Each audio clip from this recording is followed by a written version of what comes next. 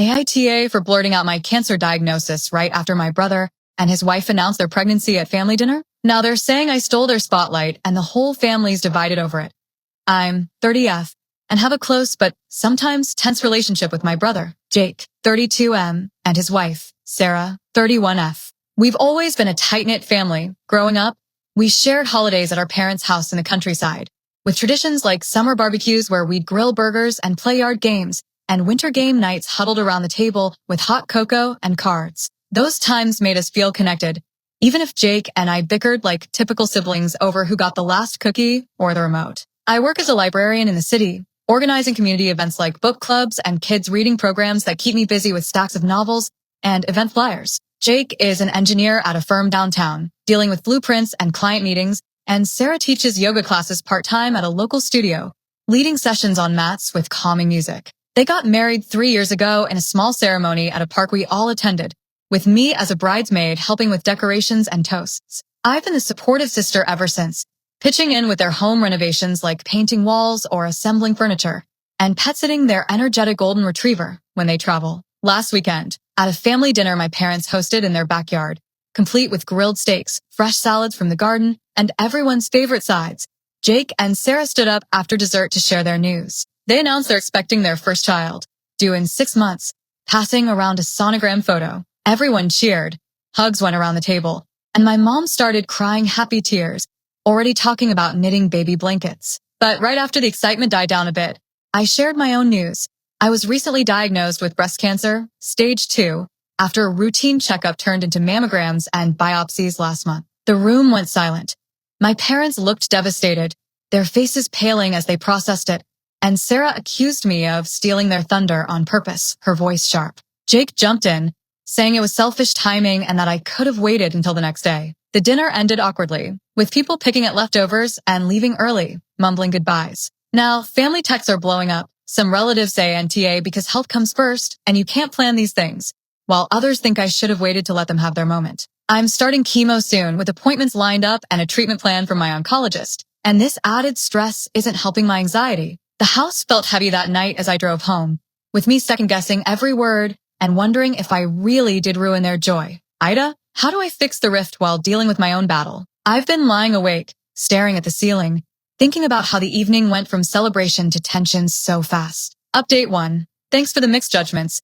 A lot of you said NTA, pointing out that a serious diagnosis like this isn't the kind of thing you can just hold back, especially when you're with your closest family and need their support right away, while others suggested I could have picked a better moment, like pulling my parents aside privately first to avoid stepping on their toes. It definitely gave me plenty to chew on, and I spent the next day journaling my thoughts to sort through the guilt. The day after the dinner, my parents suggested we all get together at their place to talk it out and try to smooth things over before it festered. We gathered in the living room around the coffee table, with tea and snacks set out like old times, but the mood was anything but relaxed. Jake and Sarah went first, explaining how much they'd looked forward to the announcement. They'd been planning it for weeks, even picking out those little baby booties as a cute prop to pass around. Sarah got teary-eyed as she spoke, saying it was supposed to be their special moment after months of trying and some quiet disappointments they hadn't shared before. She felt like I'd overshadowed it completely, turning their joy into worry. I listened, nodding along, and then said I was sorry for how it came out, but that I'd only gotten the full details from my doctor that morning during a follow-up call,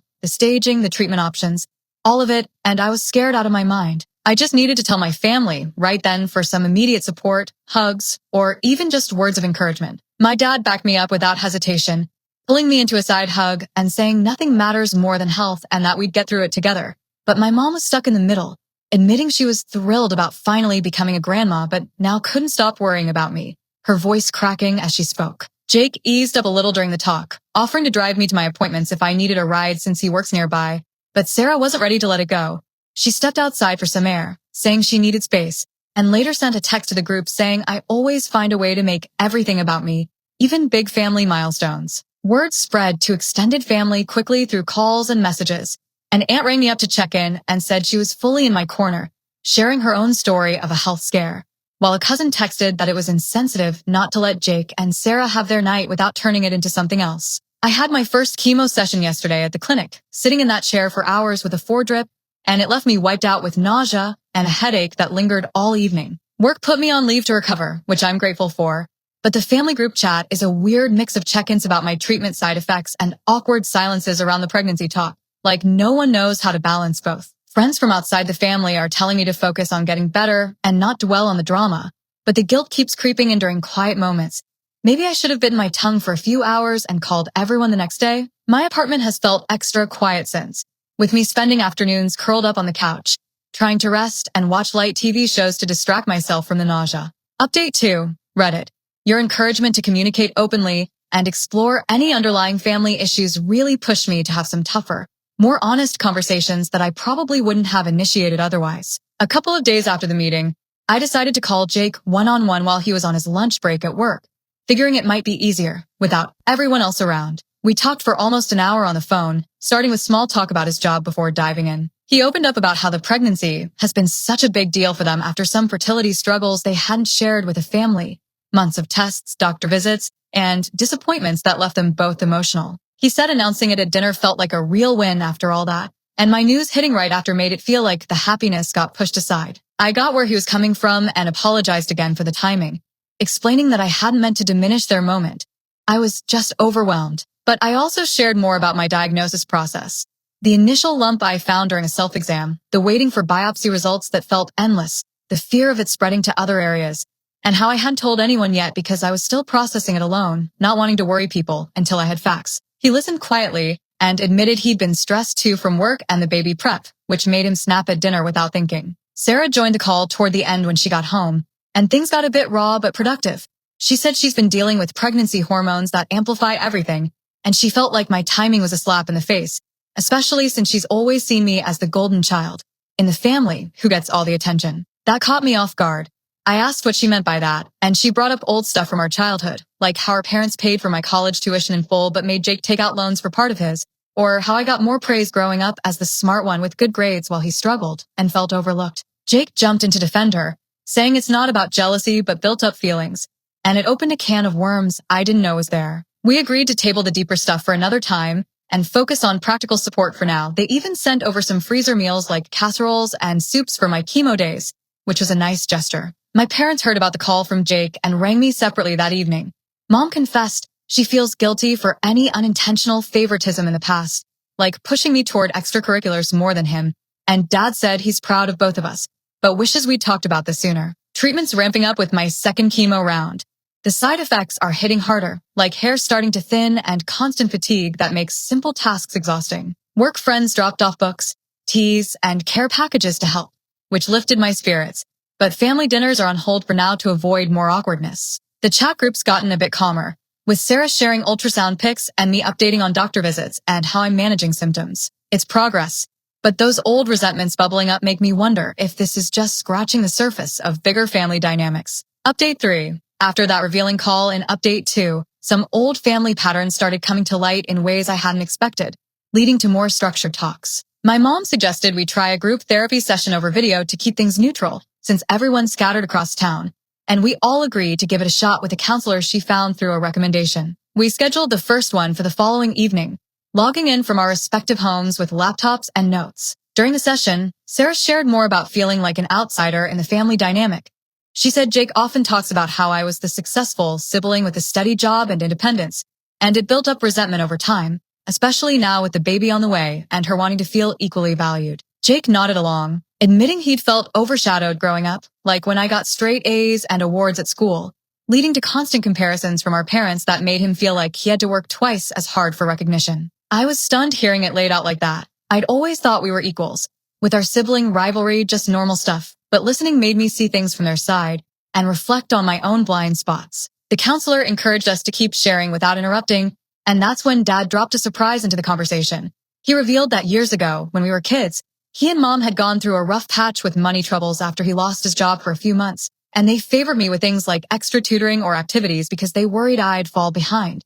Without it, while Jake got less since he was older, it explained a lot of the tension, like why Jake pushed himself so hard in sports or jobs. But Sarah felt it justified her frustration, saying my diagnosis announcement was another example of me taking center stage without considering how it lands on others. We ended the session on a shaky but hopeful note, with homework from the counselor to write letters to each other sharing our feelings and what we need moving forward. Back in my daily routine, chemo's been rough, The third round brought more side effects like fatigue that knocks me out midday and mouth sores, making it hard to eat anything but soft foods. But I've been managing with tips from my support group at the clinic. Jake surprised me by showing up unannounced one afternoon with groceries tailored to my needs, like ginger ale for nausea and easy meals.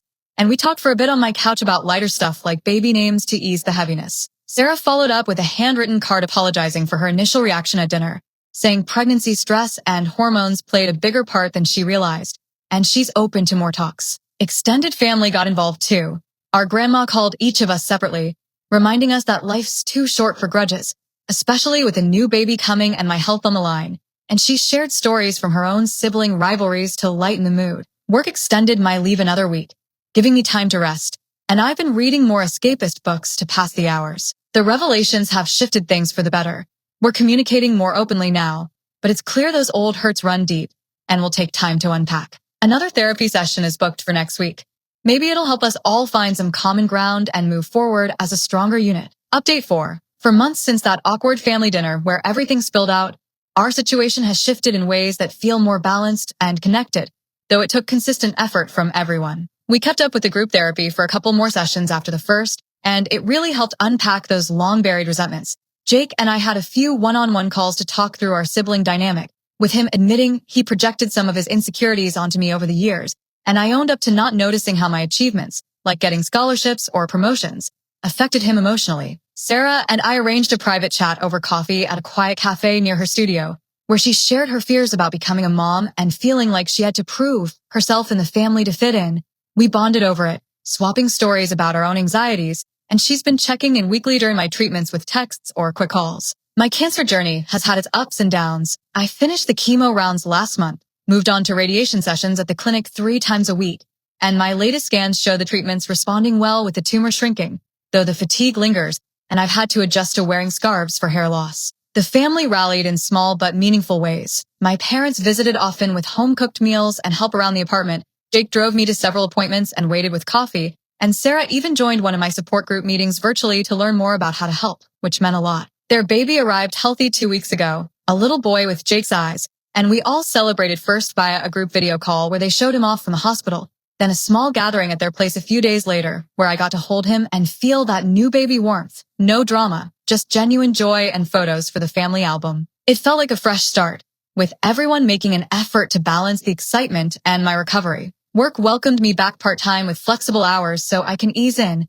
starting with virtual event planning from home. Friends say the honesty from all this has strengthened us as a family, and I agree. What started as a messy announcement at dinner turned into real growth, forcing us to address stuff we'd ignored for years. If timing feels off in sharing big news, sometimes it's exactly what sparks the needed talks to heal old wounds. Reddit, your balanced takes and stories from similar situations help me navigate the emotional ups and downs.